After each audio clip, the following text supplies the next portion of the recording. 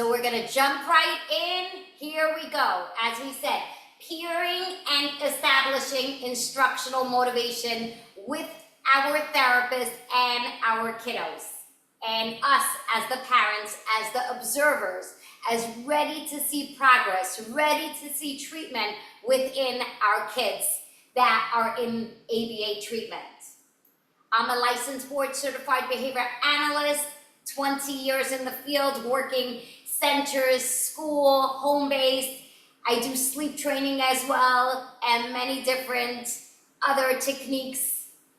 And I'm excited to be here today. We have a small group so we can get more intimate and more individualized to your child's needs. So any questions, feel free, question, ask, share information, coordinate here with us so we can get the max of this session, of this workshop to help your kiddos succeed. And especially this summer, we have many summer camps going on, so it's exciting. So as our objective, as you see, what we're gonna learn today, provide rationale for peering procedures and explain the importance.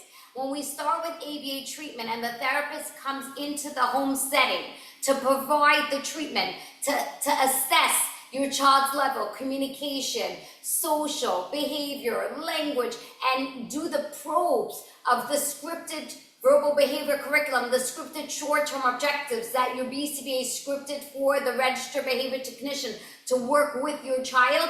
It is super important that the therapist knows you don't just work with a kid and start right away with the demand, right away with the scripted goal. There's a process, there's a pyramid, there's a start to it to ensure effective teaching, effective progress, effective acquiring of the mastery criteria that are BCBA scripted for our kiddos. And it's important to demonstrate the 5 skills. The therapist, you should be able to see in the session, whether it is in the center, whether it is in the home, whether it is in the community, wherever the ABA services are being provided to your child, to demonstrate the 5 skills for peering with your child. How it starts. It doesn't just start with the demands.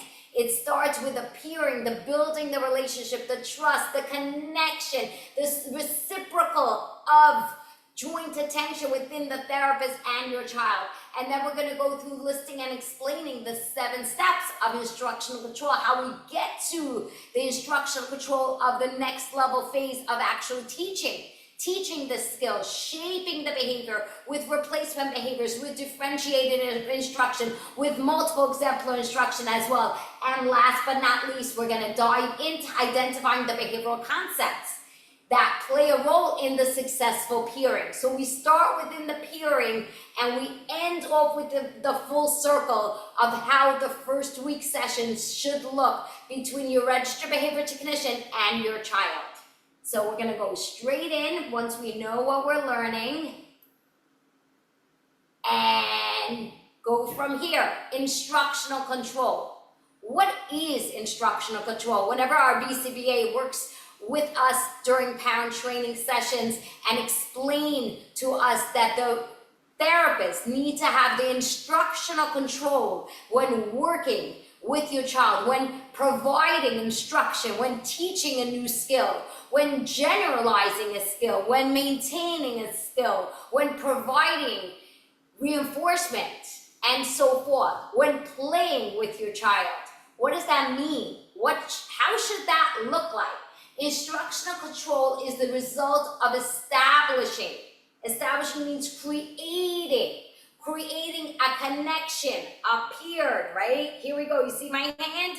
Therapist, child, creation. These two need to mix.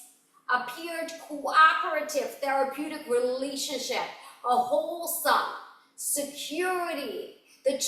When the child works with the therapist, you should hear minimal screaming or crying. If for some reason you do, there's a function behind it, but it should be able to be clearly, slowly conditioning, slowly connecting with love and nurture and gaining that security, that instructional control. The relationship should be peered within client therapists. Instructional control is the likelihood, once you gain that instructional control within the first week, it's the likelihood, and it's evidence scientific based, that an instruction will lead to a desired response. You want to get the child to say the word open for opening the chip? The instruction of having that bag of chips there and the antecedent of the chips. Sometimes you need the prompt of oh, or the prompt of the sign language or the visual, whatever it is. But that instruction, once paired, once built a relationship, will lead to the response. Whether the targeted response is pointing to the chip to get it opened. Whether the targeted response is signing open. Whether the targeted response is the word verbally open. Whether it's approximation, oh, the sound, initial, middle, puh, because puh is easier. The N is more of an N backward sound. A more advanced learner, multiple forms of asking, please, can you open it? Can you open it? I want it. I'm hungry, and so forth. Given we are a smaller group today, more intimate, I want to individualize to your child. So once we start with instructional control, that you should be aware of how your therapist is starting the session, building that relationship, that trust within your child to teach the curriculum scripted by the BCBA and your team. I want you to feel comfortable.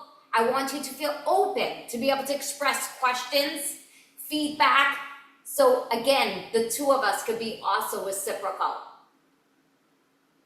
Any questions?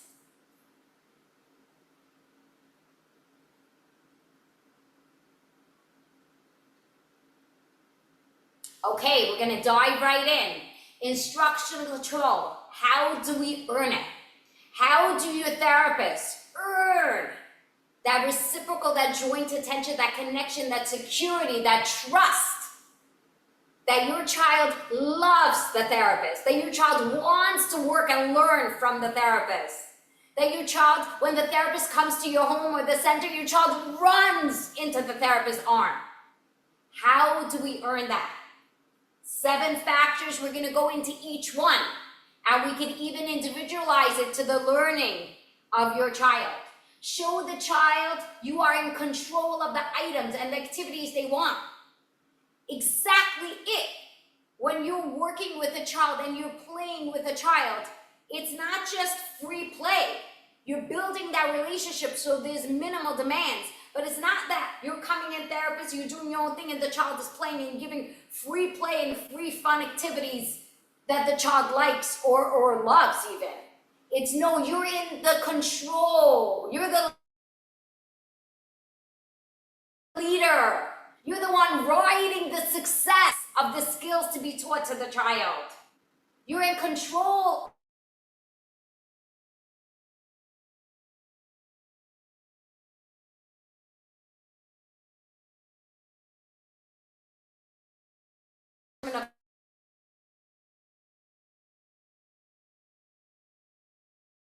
Whatever you're teaching, whatever skill you're teaching to the child,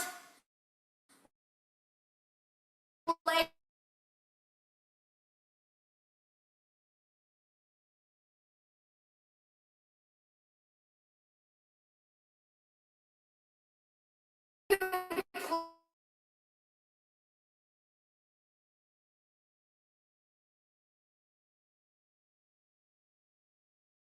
And you wouldn't believe it, while you're doing that relationship, that instructional control, all of a sudden the child might spontaneously initiate skills that you didn't even demand because you built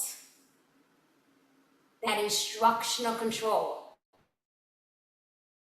Trust. You're the delivery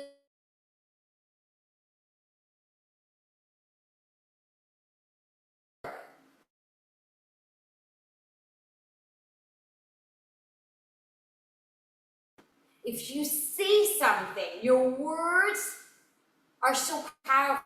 Whatever you say has to happen. Otherwise, don't say it.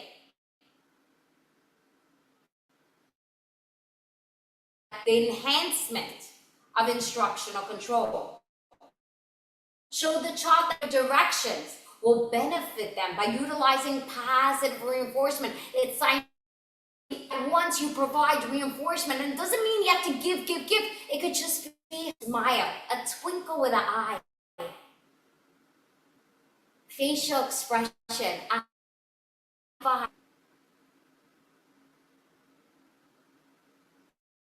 even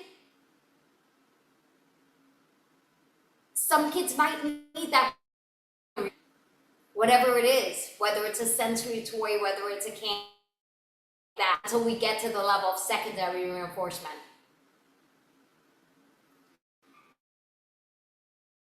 More often. And very minimal demands for the reinforcement. If anything, use the schema, use whatever they already know. Small demands within the fun play interaction, fun activities. That high level of relationship. Show the child that you be connected, be aware of. Show the child that what you double love. And really, when you play with a kid, then the kid feels it. Kids feel the energy and they respond. Demonstrate that engaging in undesirable results will not lead to reinforcement. Be aware of this versus what we need, the positive reinforcement, positive attention. Further, the teaching and working with the kid, why you need that strategy of instructional control. Why can't I go and start teaching? I need to get my kid to match the category. I need to get my kid to have a conversation and maintain a. Why can't I go straight? Why do I have to start with this little steps? But before I do so, I'd like to take any questions. Anybody, any questions? You could text me a question.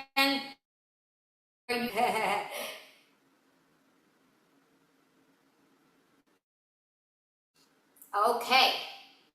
No questions. We continue working. A critical component for providing exceptions. Establishing and maintaining to and engage within the therapist is a necessary component to developing the best possible learning relationships within the client. To actually teaching, it is the teaching. Guess what? It's not just, oh, we're gonna peer build relationship. When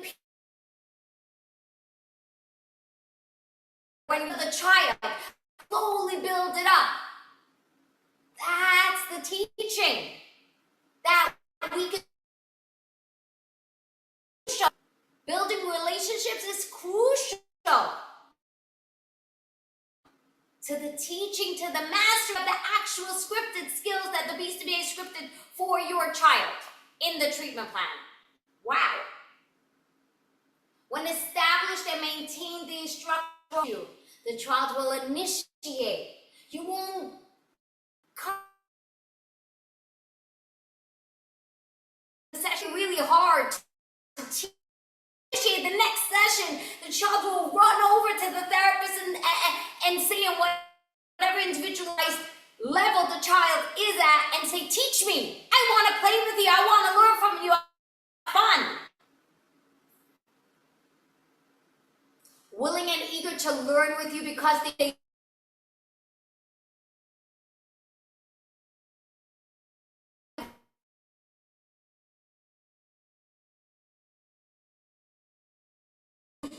peering relationship correctly, it's not gonna feel to them as learning. It's just gonna be the most fun session. Manipulation operations that we're gonna discuss later on.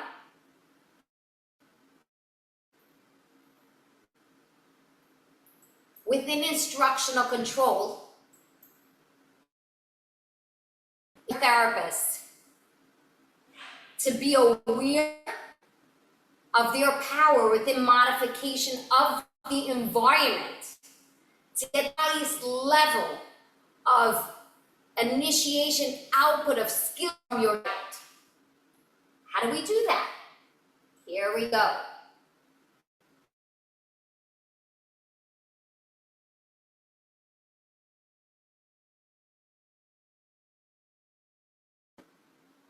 How the learning, how the connection, you are the reinforcement of the activities. You give it. The goal is to be the deliverer, as we said, of the fun, not the taker, right? You give. The more you give, the more you get. You don't even realize that. All the therapists go through our courses, all the therapists, this is embedded to them. Connection, physical demands. And then once you teach objectives, you will see that connection will be taught, be acquired way faster. See what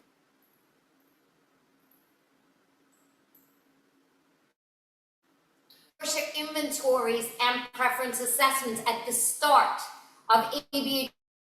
Our kids, what works for us, what was exciting for us, perspective taking skills, what we love, the kid might not love. Oh, your client. Get to understand your client's cultural differences. Informal preference assessments help identify which toys, which activities, which wordings leads to effective responses and activities, and it's not so hard. It's very easy.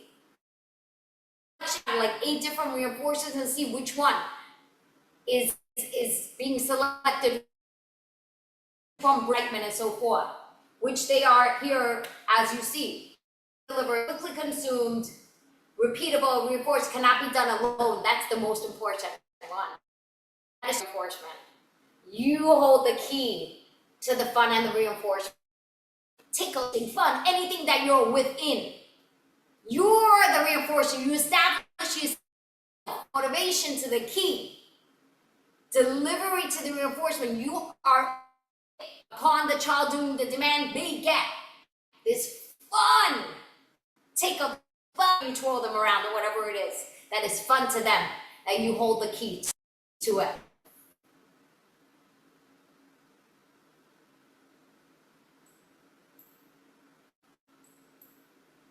And as we go, and we continue within peering, what we said, the instructional control, how we gain it, why we gain it.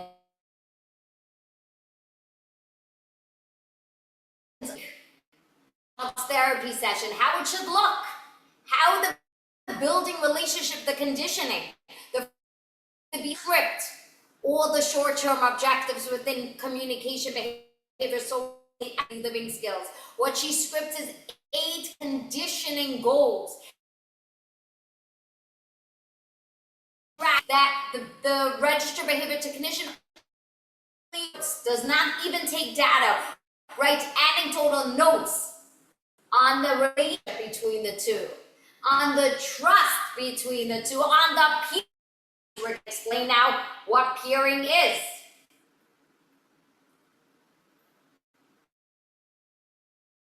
We do it during the start of ABA treatment. Prerequisite skills. Peering is the process by which we peer our teaching materials as well. Super important to have really on visual materials individualized to the level of the child. And other items with other stimuli, using the child's natural motivation as a guide. The natural, what the child is showing you, what's naturally motivating the child, use that to connect and build more upon. That build your security, to build your relationship within. Hey, first day of ABA therapy. I love just a little cute something. Continue to explain the actual understanding or any questions.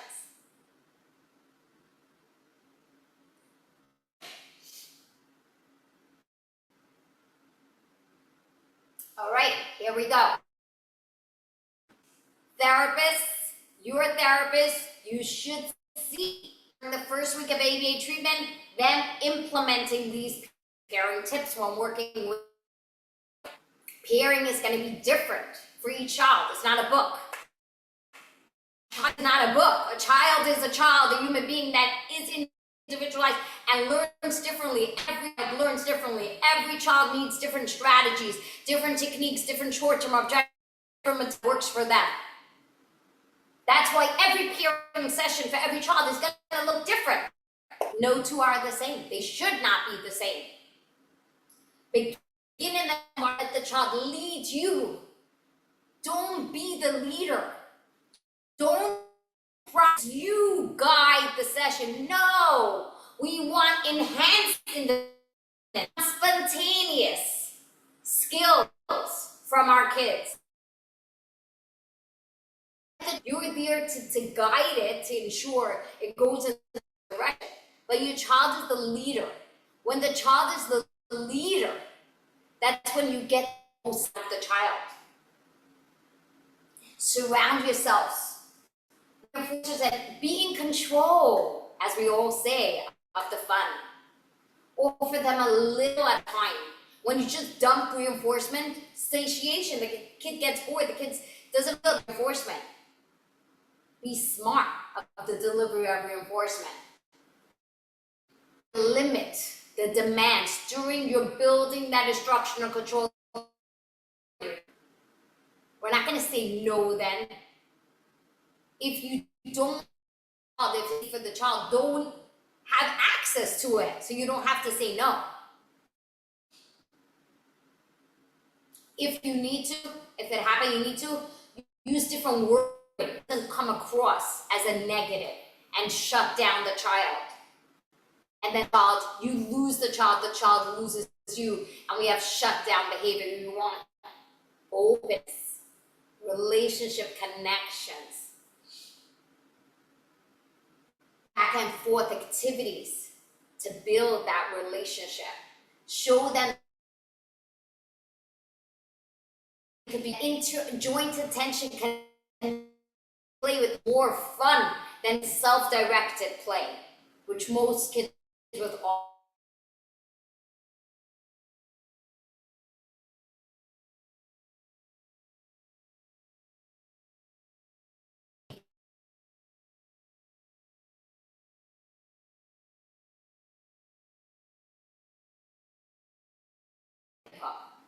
and more fun, right?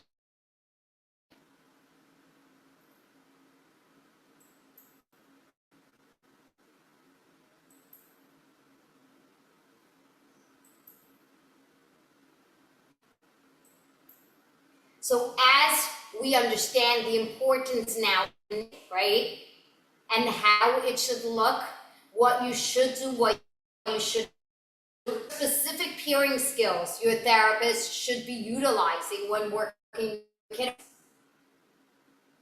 Proximity, praise, reflect, imitate, embed. Near the child, so the connection, the positive energy, you can be fast upon the response level. Praise, use behavior specific. Don't just say good job. Good job. It's not paired with the action of what the child demonstrated that you want to see more of. Reflect. Repeat the vocalizations upon you doing play skills. That sound. Take that sound. Repeat it in a passive with the actual functional meaning of a word.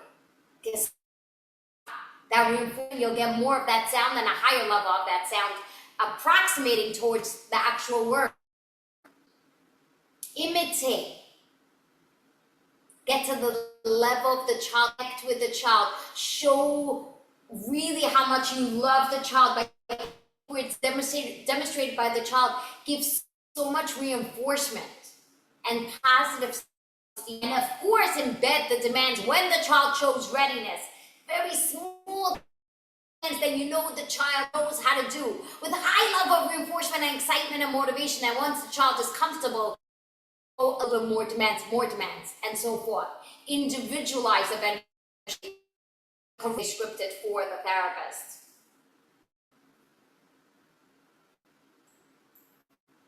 Let's talk it out.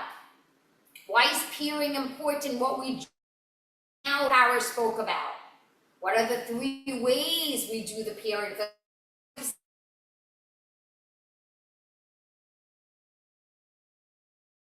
Five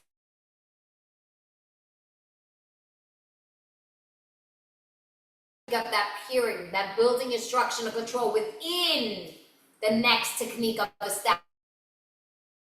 The peer should establish that trust.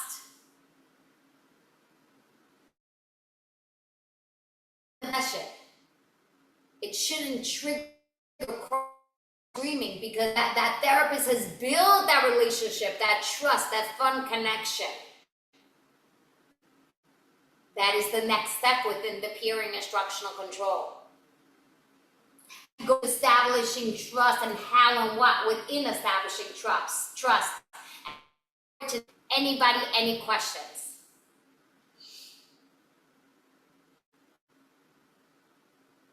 Okay, awesome. We have an amazing team. We all are excited to learn and help our kids in understanding the behavior treatment first session within our child. Is that always say what you mean and mean what you say, and follow through. The importance of words. Words are actions, they have power. Use them with meaning, with intention, within focus. Careful selections, what you say and what you do and what you, the therapist, because will have an effect on the treatment, on the output from the child. Don't ask the child to do things they cannot do, bringing frustration level, triggering challenging behaviors. Know the difference between a quiet action and when to use what and how to use it. Provide choices. If you know the child, it's difficult for the child to sit still. Why don't you give the power that you can give to increase that motivation? Skills are going to have to be taught. The 2 activities are going to have to be done. You as a therapist, who cares when it gets done? It has to get done. Give the power to the child. Increase the trust. Increase the relationship. Increase an amazing peering and building relationships within. As we go to a trust with the most amazing strategy that costs no, for typically developing special needs for anyone, reinforcement works. It works. It's human nature. It works. The value, the strength of the motivation operation reinforcement. How reinforcing it is. That's the value to the skill set you can provide. The effort, how hard or how much a child needs to level of the reinforcement. If the child is working very little effort, don't give a lower level. It has to match a balance, rate, reinforcement. Behaviors that are reinforced more often, of course, more often, right? The magnitude, the amount. Be careful on how many. The less you use, a child still doesn't have secondary reinforcement, primary needs, food, edibles as reinforcement motivation to change and shape the behavior. For a lower level response, the higher level, be careful with the amount. You immediately see the importance. So many times when the child, and then we're busy putting away the items, or putting the data and graphing it, and then after we graph it, we provide immediacy that lack, that time gap, that could have already done a negative or action that you're reinforcing it later. So you don't even know what you're reinforcing. You're not reinforcing quantity again. Be careful. Be aware. When you teach, when you provide reinforcement, when you provide teaching skills, when you provide antecedent, the skill, the behavior, the reinforcement, the consequence.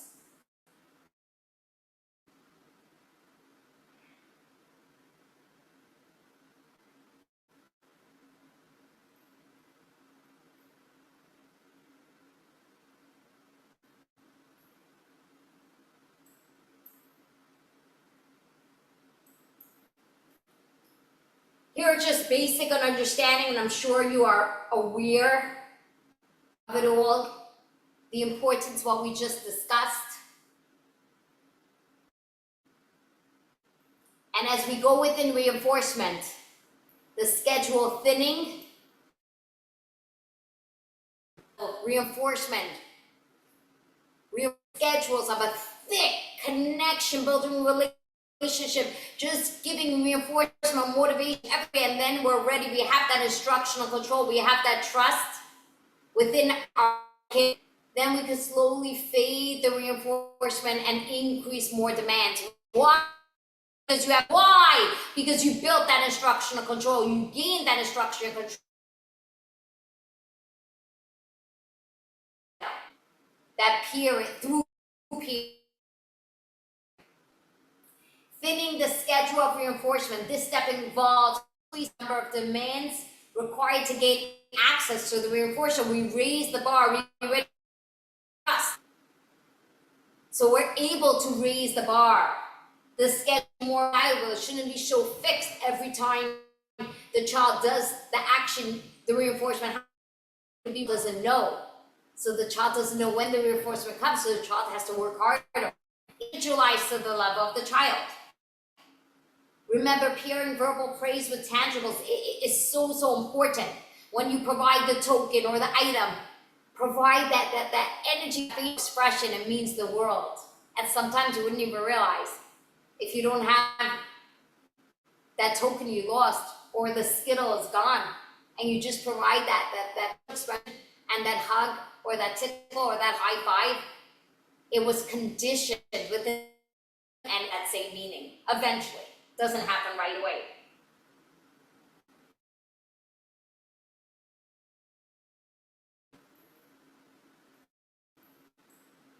Priorities.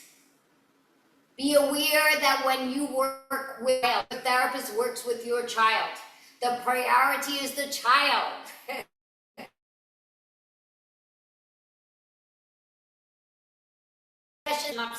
Skill. Start to notice, be aware. The reinforcement of the child. Routine within reinforcement, the most preferred and non-preferred. Differential reinforcement. Response.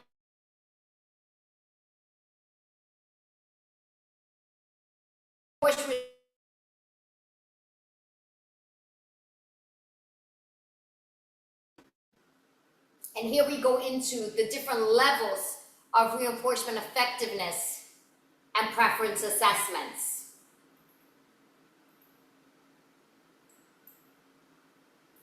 So as we know, we discussed how the first session should look. the peering, the conditioning, the building relationship, the trust, the instruction, the control, and then we slowly build up with demands and the fading of the reinforcement and more skills. And we work on getting this kid to sit for a longer time through the session and so forth.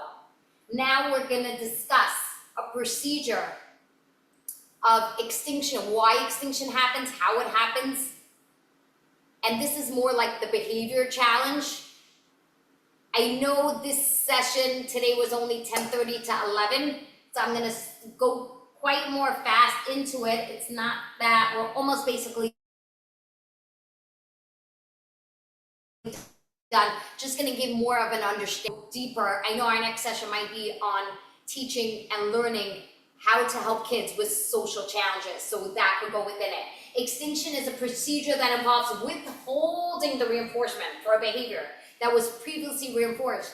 If you provided negative attention, either by screaming or giving attention to a behavior, and you want that behavior to stop, what you do is you extinct. You don't provide attention to it. Instead, you ignore, of course, if it's safe. And instead, you do differential reinforcement of incompatible.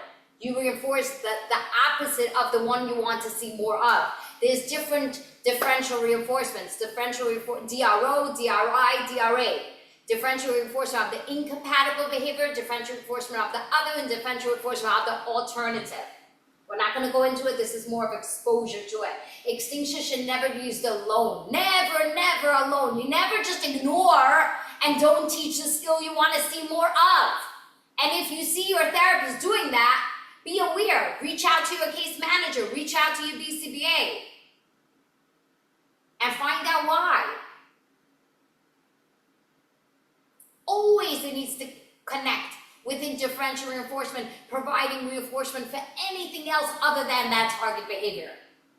If you want to ignore the out-of-seat behavior, reinforce the vocalization behavior. Reinforce the eye contact, the looking. There's so much you could reinforce.